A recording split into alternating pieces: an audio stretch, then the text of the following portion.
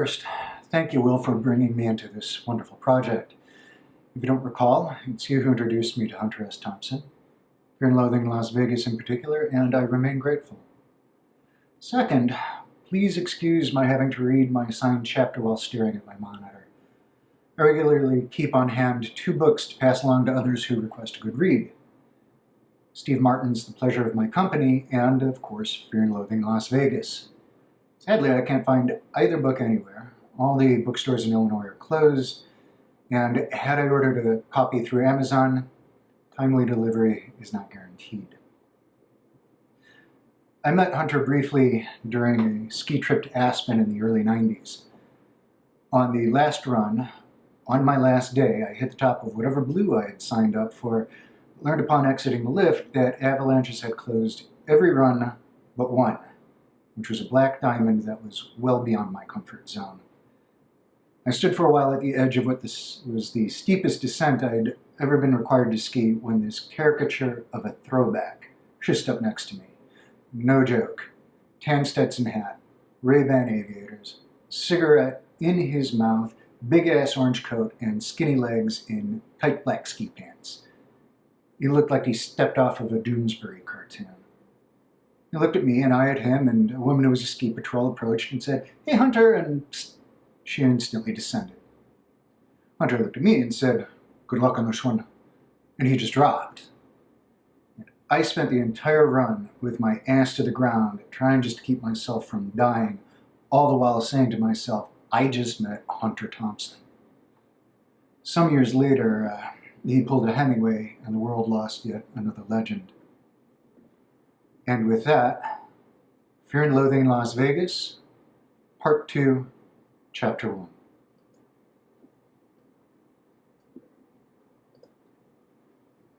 About 20 miles east of Baker, I stopped to check the drug bag. The sun was out and I felt like killing something. Anything. Even a big lizard. Drill the fucker. I got my attorney's .357 Magnum out of the trunk and spun the cylinder. It was loaded all the way around. Long, nasty little slugs. 158 grains with a fine, flat trajectory and painted Aztec gold on the tips. I blew the horn a few times, hoping to call up an iguana. Get the buggers moving. They were out there, I knew, in that goddamn sea of cactus. Hunkered down, barely breathing, and every one of the stinking little bastards was loaded with deadly poison. 3 fast explosions knocked me off balance. 3 deafening, double-action blasts from the .357 in my right hand.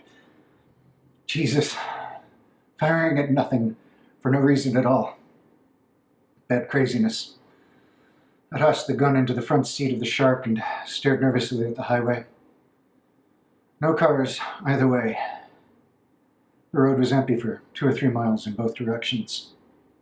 Fine luck. It would not do to be found in the desert under these circumstances, firing wildly into the cactus from a car full of drugs. And especially not now on the lam from the highway patrol. Awkward questions would arise. Well now, Mr. Duke, you understand, of course, that it is illegal to discharge a firearm of any kind while standing on a federal highway.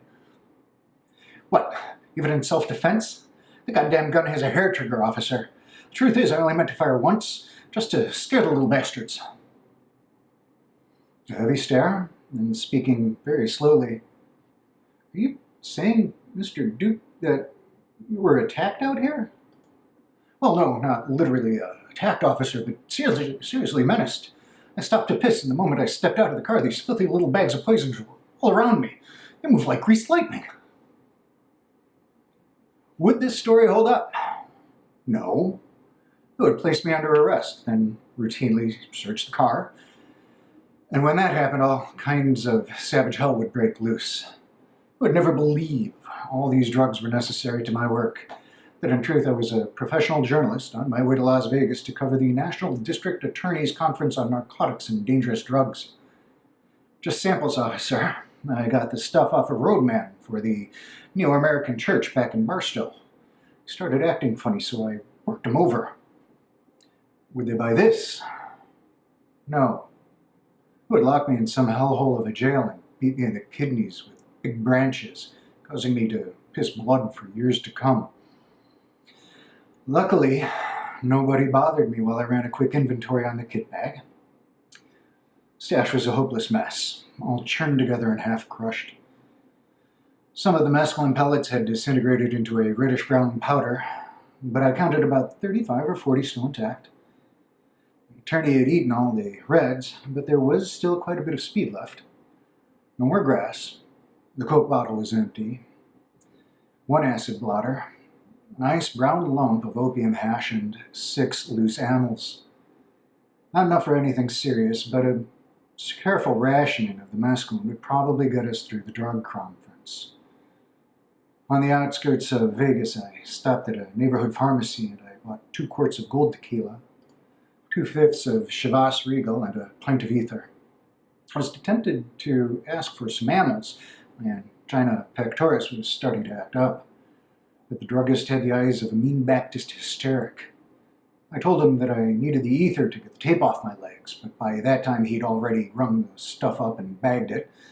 He didn't give a fuck about ether. I wonder what he would say if I asked him for $22 worth of Lamalar and a tank of nitrous oxide. Probably would have sold it to me. Why not? Free enterprise. Give the public what it needs, especially this bad, sweaty, nervous-talking fellow with tape all over his legs and this terrible cough, along with angina pectoris and these god-awful aneurystic flashes every time he gets in the sun. I mean, this fellow is in bad shape, officer. How the hell was I to know that he'd walk straight out to his car and start abusing those drugs?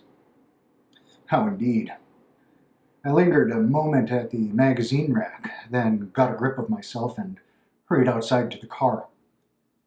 The idea of going completely crazy on laughing gas in the middle of a DA's drug conference had a definite warped appeal. But not on that first day, I thought. Save that for later. No point getting busted and committed before the conference even starts. I stole a review journal from the parking lot and threw it away after reading the story on page 1. Headline: Surgery uncertain after eyes removed. Dateline Baltimore, UPI. Doctors said Friday they were uncertain whether surgery would succeed in restoring the eyesight of a young man who pulled out his eyes while suffering the effects of a drug overdose in a jail cell. Chris Inez Jr., 25, underwent surgery late Thursday at Maryland General Hospital, but doctors said it may be weeks before they could determine the outcome. A statement issued by the hospital reported that Inez had no sight perception in either eye prior to the surgery, and the possibility he will ever have light perception is extremely poor. Inez, son of a prominent Massachusetts Republican, was found in a jail cell Thursday by a turnkey who said Inez had pulled out his eyeballs. Inez was arrested Wednesday night while walking nude through a neighborhood where he lived. He was examined at Mercy Hospital and then placed in a jail cell. Police and one of Inez's friends said he had taken an overdose of animal tranquilizer. Police reported the drug was PCP, a Parke-Davis product not sold for human medical purposes since 1963. However, a spokesman for Parke-Davis said he thought the drug might be available on the black market. Taken alone, the spokesman said, PCP effects would not last more than 12 to 14 hours. However, the effects of PCP combined with an hallucinogen such as LSD were not known. Inez told a neighbor last Saturday, the day before he first took the drug, that his eyes were bothering him and he could not read. Wednesday night, police said Inez seemed to be in a deeply depressed state and so impervious to pain that he did not scream while he pulled out his eyes.